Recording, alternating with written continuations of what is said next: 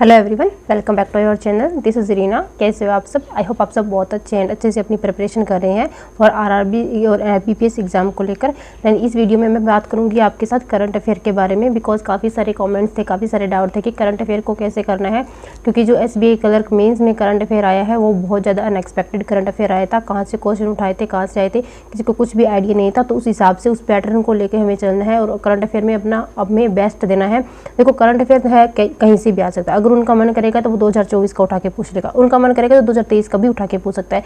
But हमारे exam के और सिलेबस के अकॉर्डिंग हमें जो करंट अफेयर करना होता है वो लास्ट 6 मंथ का ही करना होता है और हमें वही लेके चलना है और हमें पीछे के कोई भी चीज़ों पे ध्यान नहीं देना है, क्योंकि करंट अफेयर का बहुत बड़ा महासागर है। हम इतना कुछ भी नहीं पढ़ सकते, वो कहाँ से क्या क्वेश्चन पूछेगा हमें नहीं पता। बट हमें अपने सिलेबस के अकॉर्डिंग ही अपनी प्रिपरेशन को करना है, हमें अपना बेस्ट देना है। चाहे करंट अफेयर कैसा भी हो सकता है, आरआरबी में एसबीआई के लेवल का करंट अफेयर आ जाए तो उस हिसाब से हमें अपनी स्ट्रेटेजी को थोड़ा सा चेंज करना है कि हम थोड़ा सा उस चीज़ को डीपली पढ़ पाए। हमें कि थोड़ा सा अगर एसबीआई में अटैम्प्ट नहीं कर पाए तो वहाँ कम से कम 20 से 25 क्वेश्चन है हम एक्यूरेसी के साथ अटैम्प्ट कर पाए। और ये जो लेवल रहा है ये एग्जैक्ट वही लेवल है जो मैंने प्रिपरेशन करी थी 2023 में, जो मैंने आपको पहले भी बताया है। नोट्स सोर्सेज फॉलो किए थे, मतलब बहुत ब्लाइंडली करंट अफेयर को मैंने किया था, प्रेफरेंस दी थी एंड इतने अच्छे से किया था कि मैं कहीं भी कोई भी क्वेश्चन मिस तक नहीं होने वाली थी। बट प्रीलिम्स नहीं हुआ तो मेंस तक तो पहुंचने का कोई सवाल ही पैदा नहीं होता था। बट उसी स्ट्रेटेजी को मैं अभी फॉलो करूँगी। दैन पहले आप मेरी बात को थोड़ा सा ध्यान से सुन लीजिए, ऑब्जर्व कर लीजिएगा, उसके बाद में अपना जो प्लान है उसको उस हिसाब से आप सेट कर लीजिएगा। तो उस टाइम क्या हुआ था कि जब मैंने मतलब करा था तो मुझे सब बोलते थे कि करंट अफेयर बहुत ज़्यादा अच्छा आता है, बहुत ज़्यादा डीपली क्वेश्चन पूछते हैं, ऊपर ऊपर से नहीं आता। तो उस हिसाब से ही फिर मैंने अपना पूरा जो है करंट अफेयर का शेड्यूल बनाया था। उस टाइम मैं करंट अफेयर को 3 घंटे देती थी। आप मानोगे एक दिन के करंट अफेयर को मैं 3 घंटे देती थी। वो 3 घंटे में क्या करती थी, इतना क्या एक दिन का इतना करंट अफेयर होता है कि हमें 3 घंटे पढ़ने की ज़रूरत है? नहीं, वो नहीं होता। बट मेन थिंग्स क्या होती है, रिपीटेशन करना और याद करना चीज़ों को और उन्हीं चीज़ों को रिकॉल करना, एक दूसरे चीज़ों से कनेक्ट करते हुए जाना। तो वो स्ट्रेटेजी मैं आप लोगों के साथ शेयर करूंगी और मैं कल से अपना करंट अफेयर स्टार्ट करने वाली हूँ और अपने नोट्स है वो आप लोगों के साथ शेयर करूंगी। तो आप टेलीग्राम चैनल ज्वाइन कर लेना। 1000 सब्सक्राइबर होते ही मैं अपने सारे नोट्स आप लोगों के साथ शेयर कर दूंगी वहाँ पे। तो मैं बात करती हूँ करंट अफेयर की। पहला मैं मेन सोर्स था मेरा उस टाइम जो कर रही थी वो मेन सोर्स था। आप मैम को जानते होंगे, कृति मैम, फिजिक्स वाला पे है। पहले वो वाईफाई स्टडी पे पढ़ाती थी, अब वो उन्होंने फिजिक्स वाला पे स्विच कर दिया। उन मैम की जो क्लासेस चलती है उसमें वो बैंकिंग की न्यूज़ तो नहीं करवाती, बिकॉज बैंकिंग, मर्जर, एक्विजिशन वगैरह ये सब तो वो नहीं करवाती। बट उनकी स्पोर्ट्स की न्यूज़, स्टेट की न्यूज़, ये सब जो भी नेशनल इंटरनेशनल न्यूज़ ये होती है, उनका एक्सप्लेनेशन इतना ज़्यादा अच्छा होता है कि वो मतलब है कि आप 0 लेवल से लेकर और यहाँ तक का, मतलब अगर एक न्यूज़ के अंदर इतना पोर्शन है ना तो यहाँ से यहाँ तक का, इसमें बीच में वो कहीं से भी सवाल पूछ सकता है। तो वो मैडम ने पूरा कवर कराया उस चीज़ में कि अगर कोई न्यूज़ स्टार्ट हो है तो उसका फ्यूचर क्या था होगा, उसकी हिस्ट्री क्या थी एंड प्रेजेंट में उसकी क्या सिचुएशन है, ये चीज़ मैंने मैडम करवाई थी। और वो मैंने हर एक पॉइंट नोट डाउन किया था। मैं मैडम की क्लास थोड़ा सा स्पीड में करके देखती थी, हाथ में एक पेन होता था, रफ एक नोटबुक होती थी, देन मैं कंप्लीट पूरा लिखती थी। जो भी न्यूज़ मैडम ने बताया डॉट करके पॉइंट टू पॉइंट साथ में लिखते चले। एंड नोट्स मैंने सेल्फ खुद के ट्राई किए थे, मैंने खुद के नोट्स बनाए थे। और उस टाइम वहाँ मैम का एक्सप्लेनेशन देखा था मैंने। उसके बाद मैं जाती थी आशीष वो मैम की क्लास, वो लगभग 1 घंटे की क्लास होती थी। नोट्स वगैरह करके मैं लगभग 45 मिनट में कंप्लीट कर लेती, क्योंकि मैं थोड़ा सा फास्ट करके देखती थी, फिर मैं फटाफट जल्दी जल्दी नोट्स बना लेती थी अपने। उसके बाद मैं चाहती थी आशीष गौतम सर के पास। आशीष गौतम सर का एक बेस्ट प्लान आपको पता है, रिवीजन रिवीजन रिवीजन एंड की पॉइंट इज रिवीजन। बहुत अच्छा वो रिवीजन करवाते थे। देन वो मैंने चीज़ की कि मैं बाकी न्यूज़ तो मैम की क्लास से मैं लिख रही थी। अगर कोई बैंकिंग की न्यूज़ है जो मुझे मतलब कि मैम की क्लास में नहीं मिली, सर की क्लास में मिली, तो मैं वहाँ से वो बैंकिंग की न्यूज़ है वो अलग से नोट डाउन कर लेती थी। एक मतलब मैंने अलग से फोल्डर बना रखा था, वहाँ पे मैं सारी बैंकिंग की न्यूज़ कर रही थी और बाकी न्यूज़ थी वो मैं अलग कर रही थी। तो इस हिसाब से फिर वहाँ से क्या होता था कि जो सर है वो रिवीजन करवा देते थे, मैम की क्लास से हो गया, सर की क्लास से वो मेरा रिवीजन हो गया। इन दोनों क्लास को करने में मेरे को लगभग 1.5 घंटे का टाइम लगता था। मेरा 1.5 घंटे करंट अफेयर यहाँ से हो गया। उसके बाद मैं करते ही ना, मतलब मैं बीच में 10 मिनट, ये दोनों क्लास थी मेरी, उठते ही ये दोनों क्लास करनी है मुझे, सबसे पहले ये मेरी को क्लास करनी है। ये दोनों क्लास करने के बाद मैं बीच में ब्रेक लेती थी थोड़ा बहुत। उसके बाद एडिटोरियल का सेशन करने के बाद मैं जो ये नोट्स बनाए हैं उनको मैं पढ़ती थी एक बार, क्योंकि क्लास से पढ़ा हुआ है, अभी आपकी ताज़ा क्लास से पढ़ा है, आपको थोड़ी चीज़ें है कि आप रिकॉल कर पाओगे। अगर आप 5 से 6 मिनट या 10 मिनट के बाद उन चीज़ को अगर वापस देखोगे ना तो आपको लगेगा हाँ ठीक है ये चीज़ है हमने रिवाइज़ की हुई है तो ये ठीक है हम कर लेंगे, ओके ठीक है। वहाँ से रिवीजन हो गया एक बार, मतलब 15 मिनट एक बार उसको गो थ्रू हो जाओ, एक बार देख लो रिवीजन किया। उसके बाद मैं शाम को क्या करती कि अड्डा पे जो क्वीज़, पहले अड्डा पे क्वीज़ आते थे, अब तो शायद वो करंट अफेयर की डेली वाली क्वीज़ नहीं देती है, डेली वाली वो क्वीज़ देते थे। अड्डा ऐप है ना, वहाँ पे क्वीज़ देते थे। वहाँ से मैं ट्राई करती थी कि मैं क्वीज़ अटैम्प्ट करूँ और अटैम्प्ट करने के बाद वहाँ से जो क्वेश्चन होते हैं नीचे उनका एक्सप्लेनेशन दिया होता है मैं वहाँ से वो एक्सप्लेनेशन करूँ, लगभग 20 मिनट मुझे उस चीज़ में वहाँ से लगते थे। एंड एक यूट्यूब पे अदर चैनल है, मतलब क्रैक एग्जाम करके चैनल है, टीचर आते हैं, वो लेके आते थे करंट अफेयर का सेशन। मतलब उनकी जो पूरा करंट अफेयर का सेशन होता था 20 से 25 मिनट का उनका सेशन है करंट अफेयर का, उसमें वो इतना कुछ रिवीजन करवा देते, सिर्फ 20 से 25 मिनट में न्यूज़ पढ़ा दी, उसका स्टैटिक पढ़ा दिया, उसकी फ्यूचर और का पढ़ा दिया, आगे क्या होगा, इसमें क्या अनाउंसमेंट क्या है, एंड उसका पास्ट हिस्ट्री क्या थी और करंट में उसकी क्या सिचुएशन है। अब देखो इतनी चीज़ें करती थी मैं करंट अफेयर के लिए, इतनी चीज़ें करती थी। एंड जो मुझे मैम की क्लास में जो मुझे पॉइंट नहीं मिला, मान लो मैम की क्लास में मुझे कोई पॉइंट नहीं मिला, मैम ने मिस कर दिया, तो वो पॉइंट कौन कवर कर रहा है, वो अगर आशीष सर कर रहे हैं कवर, आशीष सर कवर नहीं कर रहे हैं तो वो करें कि एग्जाम पे वो टीचर है वो इन चीज़ कवर करिए। एक ही न्यूज़ का मेरा 3 बार रिवीजन भी हो गया, और उसमें जो भी इंपॉर्टेंट पॉइंट जहाँ से भी क्वेश्चन निकल सकता था वहाँ से वो पॉइंट हो गया, स्टैटिक हो गया, वो मैंने नोट डाउन कर लिया। एंड मैं नोट डाउन करती थी, मेरी आदत थी मैं करंट अफेयर नोट डाउन करना, बिकॉज मेरी हमेशा से हैबिट थी खुद के नोट्स बनाने की। 10th हो 12th हो कॉलेज के टाइम पे भी मैंने अपने नोट्स बनाए थे, BSc के टाइम पे केमिस्ट्री फिजिक्स मैथ सबके मेरे नोट्स थे, तो मुझे उस टाइम वो आदत थी नोट्स से पढ़ने की, तो मैं नोट्स ही बनाती थी। बट SBA में मैंने एक गलती कर दी, किसी ने बोला कि नोट्स मत बनाओ, टाइम नहीं है, वेस्ट होगा, नोट्स मैंने छोड़ दिया, और वो वहीं से मेरा सारा मामला गड़बड़ हो गया। PDF से मैं नहीं पढ़ पाई, जितने भी कुछ थे कहीं से नहीं पढ़ पाई, क्योंकि जो खुद के हाथों से चीज़ें लिखी होती है ना, वो एग्जाम में जाके आपके सामने आंखों के सामने आपको हूबहू दिखाई देती है कि ये चीज़ यहाँ लिखी है, इसकी इतनी अमाउंट लिखी है, ये इसके बारे में ये चीज़ यहाँ पे लिखी है। देन आपको नोट्स बनाना मस्ट है। मैं पूरा नहीं कह रही कि आप, अगर आपको प्रेफरेंस नहीं है, आप पढ़ पा रहे हो नोट PDF से तो कोई दिक्कत नहीं है, बट मैं खुद के नोट्स बनाती थी। और एक दिन का जो मेरे मतलब पेज होते थे 4 से 5 पेज होते थे, मतलब इस टाइप से होते थे कि 1 पेज हो गया, 2 पेज हो गया, ऐसे करके ज़्यादा से ज़्यादा 3 से 4 पेज भर जाते थे, इतना कोई दिक्कत नहीं था। वो मैं ऐसे सोचती थी जैसे मैं मान लो कि अपने स्कूल का कॉलेज का होमवर्क कर रही हूँ, उस हिसाब से मैं लेके चलती थी। तो ऐसे मैंने करंट अफेयर को किया। एंड मेरा मोमेंट था डेली रिवीजन करना। मैं नेक्स्ट डे पढ़ रही हूँ, करंट अफेयर पढ़ने बैठी हूँ, तो मेरा था कि मैं प्रीवियस डे का पहले रिवीजन करूँ। रिवीजन करने का, अगर सर मैं आशीष सर की क्लास कर रही हूँ, सर का पता ही है कि आशीष और गौतम सर कि वो पीछे के जो MCQs होते हैं डे के, वो आगे MCQs कराते हैं सर, तो MCQs में वन लाइनर फॉर्म में करवा देते थे। बट मैं सर जब करवाते थे ना वन लाइनर फॉर्म में, वीडियो को पॉज करके वन लाइनर का उसका क्वेश्चन आंसर देती थी, पर मैं उसको ट्राई करती थी कि हाँ ये क्वेश्चन है, इसमें और क्या चीज़ थी, इसमें आगे और क्या चीज़ थी। देन वो मैं वहाँ से की क्लास से भी करती थी। एंड उसके बाद मैं खुद के नोट्स थे, क्योंकि एक बार मैंने पहले खुद के नोट्स पढ़े 5-10 मिनट लगा के, उसके बाद जो सर रिवीजन करवाए वहाँ से मैंने खुद के नोट्स पढ़ लिए, हो गया अच्छे से रिवीजन, वो हो गया माइंड में सेट। एंड उसके बाद अगर उसी न्यूज़ से रिलेटेड कोई अदर टाइम पे कोई और न्यूज़ आती थी ना, तो वो मुझे ऑटोमेटिकली रिकॉल हो जाती थी कि मैंने ये वाली न्यूज़ है, इससे रिलेटेड मैंने वो पॉइंट पहले पीछे पढ़ा हुआ है। देन उन दोनों पॉइंट को फिर मैं कनेक्ट कर पाती थी। इस हिसाब से होता था क्या था कि मेरा धीरे धीरे इंटरेस्ट बनने लगा। लगभग 15 से 20 दिन तक मैंने ये चीज़ की, स्टार्टिंग में मेरे को 3-3.5 घंटे लगते थे, मुझे लगता था कि बहुत ज़्यादा टाइम लग रहा है, बट नहीं, मैंने इस चीज़ को इतना टाइम दिया, लिटरली मैंने इस चीज़ को इतना टाइम दिया था इस वजह से कि मैं अपना इंटरेस्ट डेवलप कर पाऊँ। करंट अफेयर में मेन चीज़ होती है कि आप अपना पहले इंटरेस्ट डेवलप करो उस चीज़ में, आपको होना चाहिए कि हाँ ये इसमें आगे क्या हो सकता है, इसमें आगे क्या चीज़ है कि और भी लॉन्च होगा। तो आप एक एक पॉइंट को कनेक्ट करते जाओगे ना, वो आपको ऑटोमेटिकली रिकॉल हो जाएगा और करंट अफेयर बहुत ज़्यादा टफ नहीं लगेगा। SBA में इस लेवल का करंट अफेयर आया था। उन्होंने मेरे शिफ्ट में उन्होंने पूछा था कि मतलब जो UPI है, इंडिया का जो UPI है वो कितने देशों में है। सबको पता है कि भूटान को दिया है, नेपाल को दिया है, बट ओवरऑल टोटल कितने देशों में दिया है ये चीज़ नहीं पड़ी थी। बट ये चीज़ कृति मैम ने अपनी क्लास में, मतलब अभी तो मुझे याद नहीं है, बट मुझे उस टाइम पता था कि ये चीज़ एक बार मैम ने बताई भी थी कि अभी तक इतने देशों को उन्होंने UPI दे चुके हैं। एंड अगर एक न्यूज़ आएगी ना, अगर उससे रिलेटेड कोई भी अदर कंट्री आएगी तो मैम होगा कि वो सारी कंट्री मैम बताएगी कि अभी तक इतनी कंट्रियों में ये काम हो चुका है। देन वो चीज़ मैं साइड में नोट डाउन करती थी, इससे बहुत ज़्यादा हेल्प मिली है मुझे।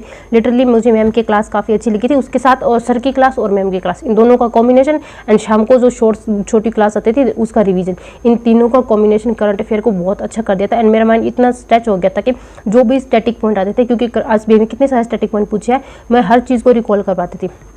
मैम आगे तो जितने मैम आगे, जैसे कोई स्टेट आ गया तो कई बार होता है कि मैम की क्लास में ma'am state wise current affair लेके जाते हैं कि उनका होता है कि एक दिन में एक स्टेट रिवाइज कराना है। जैसे आज कोई बिहार आ गया, स्टेट न्यूज़ में आ गया बिहार स्टेट किसी भी कारण जैसे, तो मैम का होता था कि इस न्यूज़ बिहार से रिलेटेड जितने भी पॉइंट है, स्टैटिक पॉइंट है, वो सारे बता देती थी। एंड मैं उसी टाइम उसी न्यूज़ के नीचे वो पॉइंट है वो नोट डाउन कर लेती थी। ऐसे करके मुझे क्या हुआ कि 20 से 25 दिन तक मुझे इतना ज़्यादा नोट डाउन करने वाला हो गया, स्टैटिक पॉइंट हो गया वगैरह सब हो गया। बट उसके बाद जब धीरे धीरे आगे बढ़ने लगी तो वही चीज़ स्टैटिक में वो बार बार आगे आगे रिपीट हो रहा था। देन बाद सामने तो मुझे नोट करने की जरूरत ही नहीं थी क्योंकि मैंने पीछे नोट कर रखा है। मैं पीछे के नोट्स रिवाइज करूँगी तो वो स्टैटिक मेरा अपने आप रिवाइज हो जाएगा। इस प्रकार से फिर आपका क्या रहेगा पढ़ने वाला, फिर आपकी जो भी रहेगी पढ़ने वाली ना सिर्फ करंट न्यूज़ रहेगी, क्योंकि जो करंट अफेयर की न्यूज़ होती है ना वो हर दिन नहीं आती है। अगर नई कोई स्कीम लॉन्च हुई है वो आपके लिए नहीं है, बट अगर किसी स्कीम में चेंज हुआ है तो वो आपके लिए नहीं है, वो पुरानी है, देन आपको उसका स्टैटिक पढ़ने की जरूरत नहीं है क्योंकि आपने पहले से पढ़ रखा है। आपको बस वो एक स्पेसिफिक पॉइंट पढ़ना है कि इसमें क्या चेंज किया गया है, क्योंकि करंट अफेयर है वो बहुत ज़्यादा नहीं होता इतनी डेली का, क्योंकि अगर पीछे का याद है ना तो आगे जो भी आएगा ना उसी को उल्टा पुल्टा कर देंगे। कभी इसमें ये स्कीम लॉन्च कर दी, कभी इस स्कीम में ये चेंज कर दिया, कभी इसमें इतना अमाउंट इसको बढ़ा के इतना कर दिया। आप ऑब्जर्व कर सकते हो अगर आप डेली बेसिस पे पढ़ते हो तो ये चीज़ें होती है। देन अगर आप डेली बेसिस पे फॉलो करोगे, ट्राई करोगे, अपने माइंड में लेके चलोगे, अपना इंटरेस्ट डेवलप करोगे करंट अफेयर में, तो ये चीज़ें बहुत ज़्यादा हेल्प करेगी। आप होप थोड़ा सा आप समझ रहे हो। एंड ना मैं तो बोलूँगी कि आप खुद के नोट्स बनाओ, 4 पेज भरे, 5 पेज भरे, वो दिक्कत नहीं है। अभी आपके पास सफिशिएंट टाइम है। अभी मैं बताती हूँ कि मेंस कब आरआरबी के लिए जा रहे हैं, तो आरआरबी का जो प्रीलिम्स का एग्जामिनेशन है पहले दिन का वो लगा हुआ है 27 जुलाई को पहला एग्जामिनेशन लगा हुआ है, ठीक है। उसके बाद जो मेंस लगा हुआ है वो 13 सितंबर को मेंस लगा हुआ है। तो आपके पास टाइम क्या है, अप्रैल, मई, जून, जुलाई, अगस्त, 13 को है तो अगस्त तक 5 महीने हो गए। अगर 5 महीने का करंट अफेयर इस हिसाब से आपने अच्छे से पढ़ा है तो इसमें से अगर स्टैटिक पढ़ा है तो काफ़ी सारा स्टैटिक लगभग स्टैटिक कवर हो जाएगा। इससे आप इजीली क्वेश्चन अटेम्प्ट कर सकते हो। एंड आरआरबी जो कलर का एग्जामिनेशन होगा, मेंस का एग्जामिनेशन होगा, वो दिया हुआ है 9/11 को, मतलब 9 नवंबर को दिया हुआ है। देन अप्रैल, मई, जून, जुलाई, अगस्त, सितंबर, अक्टूबर, नवंबर, 8 महीने है।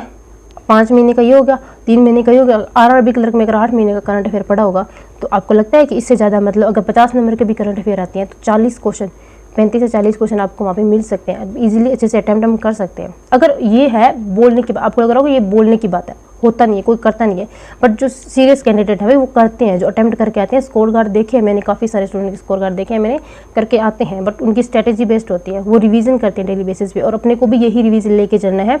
और इस हिसाब से मैं अपने डेली नोट्स बनाने वाली हूँ। आई होप हाँ थोड़ा सा वीडियो लंबी हो रही है तो थोड़ा सा कोऑपरेट कर लेना, बिकॉज इंपॉर्टेंट टॉपिक है, इंपॉर्टेंट सब्जेक्ट है जो स्कोरिंग हो सकता है, तो आप थोड़ा सा स्पीड में करके भी इसको देख सकते हैं। मैं डेली नोट्स बनाने वाली हूँ, जितना भी स्टैटिक होगा वो मैं लिखूंगी। मेरे को कोई फ़र्क नहीं पड़ता 2 घंटे लगे क्लास में, 3 घंटे लगे, अभी सफिशिएंट टाइम है मेरे पास, क्योंकि मैंने प्रीलिम्स ऑलमोस्ट पढ़ा हुआ है। मुझे प्रीलिम्स के मॉक देने हैं, देन प्रैक्टिस करनी है, थोड़ी पीडीएफ वगैरह होगी, कोई भी क्लासेस होगी वहाँ से प्रैक्टिस करनी है। मेंस की मेरे पास है, मुझे प्रैक्टिस करनी है। बाकी मैं करंट अफेयर वगैरह, जी कंप्यूटर वगैरह और वही सब मैंने आपको मेरा बता ही दिया है। तो मेन पॉइंट क्या रहेगा, एक weak point banking awareness and banking GK और करंट अफेयर, यही चीज़ें रहेगी है मेन। तो इन पे बहुत ज़्यादा ध्यान देना है, क्योंकि बाकी चीज़ें तो मैथ, रीजनिंग ये सभी करते हैं भाई, लास्ट के टाइम पे सब लोग इसी ही करते हैं, इन्हीं में मतलब पूरा मगन हो जाते हैं। बट मेरे पास टाइम है, अभी मेरा ये फ्लो बना हुआ है अपना, सबका जो मेंस देखे हैं स्टूडेंट उनका ये फ्लो बना हुआ है कि वो मेंस पढ़ रहे हैं, काफ़ी टाइम से पढ़ रहे हैं, महीने 1.5 महीने से कलर का एग्जाम देने, प्री का एग्जाम देने के बाद सब मेंस पढ़ रहे हैं, वो एक फ्लो बना हुआ है। तो मैं उस फ्लो को ही लेके चल रही हूँ कि जो मैं अपना मेंस मैं कर रही हूँ, फ्लो बना हुआ है वो मेरा टूटे ना, वो मेंस मैं लगातार डेली बेसिस पे थोड़ा करते लेके जाऊँ। 3 महीने में डेली अगर मैं 2 DI भी करती हूँ तो मैं कितना कर पाऊंगी, 250-300 मेंस लेवल के DI कर लूँगी मैं, काफ़ी ज़्यादा प्रैक्टिस हो जाएगी। अगर डेली में 2 मेंस लेवल की पजल भी करती हूँ तो 3 महीने में 200-250 मेंस लेवल की पजल हो जाएगी। कहाँ से कितना प्रैक्टिस हो जाएगी, वो चीज़ है। तो इस हिसाब से मैं अपना करंट अफेयर लेके जाने वाली हूँ। आई होप आपको ये स्ट्रेटेजी अच्छी लगी होगी। देन और कोई भी सजेशन है तो आप भी मुझे मतलब बता सकते हैं, कोई ओपिनियन है तो अपना। मैं तो कृति मैम और आशीष सर और क्रैक एग्जाम, ये 3 एप्लीकेशन है, यहाँ से करूँगी। मैं किसी की कोई PDF नहीं करूँगी। मैंने स्मार्ट केडा एक PDF निकलाई 300-350 वो वेस्ट गए, मैं वहाँ से नहीं निकलने वाली। अगर मुझे लास्ट टाइम पे लगा कि स्मार्ट केडा भी PDF है, अच्छे क्वेश्चन आते हैं, वहाँ से पढ़ना चाहिए, तो वो होगी फ़ोन में अगर PDF होगी मैं वहाँ से रीड कर लूँगी। बिकॉज वो इतना सब करने के बाद लगभग होगा कि कुछ बचेगा तो नहीं, लगभग उस PDF में जो भी होगा कुछ नहीं बचेगा। अगर उसमें PDF में भी मुझे कोई एक्स्ट्रा पॉइंट नहीं दिखा किसी न्यूज़ का रिलेटेड तो वो भी मैं अपनी नोटबुक में नोट डाउन कर लूँगी। तो ये करने वाली हूँ मैं। और डेली बेसिस पे रिवीजन करना मेरे लिए ज़रूरी है। वीकली जो मैम की वीकली क्लास आती है, हर संडे को कृति मैम क्लास लेती है, पूरे वीक का रिवीजन करवाती है, वो मैंने पहले कभी नहीं छोड़ा था। और ये करने के बाद जो वीकली जो क्रैक एग्जाम वाले टीचर हैं वो मतलब वीकली उनका होता है सेशन आता है, 100 जो मोस्ट इंपॉर्टेंट न्यूज़ होगी वो करवाते हैं। 1 लाइनर 100 लाइनर करवाएंगे। मैं उस टाइम 1 लाइनर वो करूँगी तो मैं 1 लाइनर समझ के, बट 1 लाइनर में जो न्यूज़ होगी उस टॉपिक की वो मैं न्यूज़ कंप्लीट करूँगी, उस क्वेश्चन का आंसर देगा एंड उसके बाद में वो कंप्लीट न्यूज़ होगी वो मैं रिकॉल करने की कोशिश करूँगी। अब जितना ज़्यादा चीज़ों को खुद से माइंड से, अब देखो मत याद करो, हाँ ये चीज़ मैंने यहाँ पे इस नोट्स में लिखी थी, यहाँ पे ये चीज़ें लिखी हुई थी। अब आपको थोड़ा दिन मुश्किल लगेगा बट बाद में आप खुद से रिकॉल कर पाओगे ये चीज़। ये मेरी ऑब्जर्वेशन पता है क्यों, क्योंकि मैंने 10th में और 12th में जो रट्टा मारा है ना, मतलब जितना मैंने रिकॉल करने की चीज़ों को कोशिश की है, 10th में मैं हमारे एसएसटी का कोई टीचर नहीं होता था। एसएसटी का बहुत 3 से 4 टीचर बदल दिए, कुछ नहीं समझ आता किसी को, और मेरी किसी टीचर से बहस भी हो गई थी। तो देन मेरे था कि मेरे को अब करना है, मेरे को सबसे ज़्यादा मार्क्स एसएसटी में लेके आने हैं। देन उस टाइम मैंने इतना मतलब रिकॉल किया चीज़ों को, हर कोई भी एक पॉइंट आता था ना, मैं हर टाइम उस चीज़ को रिकॉल करती थी, चलती फिरती थी मैं, कोई भी मेरे को क्वेश्चन याद नहीं होता था, मैं उस चीज़ को रिकॉल करती रहती थी। देन मेरे आए थे 96 number out of 100, maximum marks मेरे थे एसएसटी में सबसे ज़्यादा। तो ये चीज़ है कि मैंने ऑब्जर्व किया, एंड यही अपने कंपटीशन एग्जाम में है। अगर आप पहले की स्कूल कॉलेज की स्ट्रेटेजी को अपने आप इस कंपटीशन एग्जाम में लेके आओगे, और वो होता था कि एक जिद है कि हमें आगे रहना है सबसे, देन वो अगर यहाँ होगी तो डेफिनेटली अच्छा कर सकते हैं। और मैं यही चीज़ करती थी, मैं खाना बनाती थी ना, सुबह सुबह मेरा काम होता, अभी मैं ये करने वाली हूँ। तो मैं ये चीज़ें तो पता है, एक तो गर्मी में, एक तो मैं बताती थोड़ा सा कॉमेडी टाइप ऑफ ले जाना बताती हूँ। मैं खाना बनाती थी, एक तो इतनी गर्मी होती थी सुबह से, इस टाइम चूल्हे के पास खाना बनाना था मुश्किल है। तो मैं पता है मैं क्या करती थी, मैं करंट अफेयर का सोचती थी, हाँ मैंने कल करंट अफेयर पढ़ा था ना, हाँ इसका ये आंसर था, अच्छा इसके बाद ये न्यूज़ आई थी, इसमें ये हुआ था, इसमें इतनी अमाउंट थी, ये रिकॉल करती रहती थी। और आधे घंटे में मुझे पता ही नहीं लगता था कि कब मैंने खाना बना दिया और कब मुझे वो चीज़ें हैं वो रिकॉल भी हो गई। कहीं भी वॉक करने जाती थी ना, सब कहते हैं कि वॉक करने जाओ खाली माइंड रिलैक्स होगा, मैं वॉक करते करते वो चीज़ें याद करती रहती थी। शाम को खाना खा के वॉक करो, वो चीज़ें फिर याद करती रहती थी, याद कर सोचती रहती थी। और इसे मैं इंग्लिश में करती थी, कोई वो क्या भाई, हाँ ये सुबह वो क्या पढ़ी थी, इस टाइप से कुछ वर्ड था वो पढ़ा था, हाँ वो याद हो गया, ठीक है। और कुछ ट्रिक बनाती थी, कोई नाम आ गया, कोई कंट्री आ गई, उसकी कुछ चीज़ें अगर आ गई, कोई भी जैसे कोई ग्रुप है उसकी इतनी सारी कंट्री है, तो इतनी सारी कंट्री को कैसे याद करना है, तो मैं अपने माइंड में एक ट्रिक बना लेती थी। कोई भी तिगड़म वगैरह सेट करके इधर से उल्टा पुल्टा करके जैसी भी कोई ट्रिक लगी वो बना लेती थी। और जो कोई भी ट्रिक बनेगी ना, अभी मैं वो आप लोगों के साथ शेयर करूँगी, वो अपने नोट्स में भी लिख दूँगी और आपको भी बता दूँगी इस चीज़ को मैंने इस ट्रिक से याद किया था। वो क्या होता है कि आपको उल्टा पुल्टा आप अपने दिमाग का तिगड़म लगा लेते हो ना, वो चीज़ आपके दिमाग में बैठती ही बैठती है। आप कुछ भी कर लो, आप कुछ भी कहीं भी वो चीज़ देखोगे ना, आपने जो पहले उल्टा पुल्टा वो तिगड़म लगाया था ना, वो आपको याद हो जाए, हाँ इसको मैंने इस तरफ से करा था, वो चीज़ फिर वापस आपको याद आ जाएगी। तो थोड़ा सा आपको बस मेहनत करने की ज़रूरत है, अपने माइंड को स्ट्रेच करने की ज़रूरत है। बर्डन समझ के नहीं करना है, इंटरटेनमेंट समझ के करो, मतलब इंजॉय करते हुए करो, इंटरेस्ट डेवलप करो उस चीज़ में, तो आप काफ़ी ज़्यादा अच्छा कर सकते हो। तो ये था ओवरऑल मेरा एक्सपीरियंस करंट अफेयर को लेकर। मैं ऐसे ही करने वाली हूँ। आई डोंट नो कि कितना आएगा कितना नहीं आएगा आरआरबी में, मुझे कुछ भी आइडिया नहीं है, क्योंकि किसी को कोई आइडिया नहीं है। बट अपनी तरफ से अगर अपना बेस्ट देंगे ना, तो अंदर एक सेटिस्फेक्शन होगा कि हाँ हमने हमारा बेस्ट दिया है। अब जैसा भी हुआ है नहीं हुआ है, अगर इतना सब करने के बाद भी अगर हमारा ही नहीं हो पाया ना, हमने अटैम्प्ट नहीं किया ना, तो मतलब किसी भी स्टूडेंट ने अटैम्प्ट नहीं किया है। अगर उन स्टूडेंट से तो हम थोड़ा सा आगे रहेंगे जिन्होंने कुछ भी अटैम्प्ट नहीं किया है, भले ही 2-4 क्वेश्चन ज़्यादा करें, बट उनसे तो थोड़ा आगे रहेंगे ना। तो ये चीज़ है, अपने दिमाग में पॉजिटिविटी लेके चलो। और the very best, sorry for that कि वीडियो थोड़ी सी लंबी होगी, आप थोड़ा सा फास्ट करके भी इसको देख सकते हो। तो करते रहिए अपनी preparation. Thank you so much.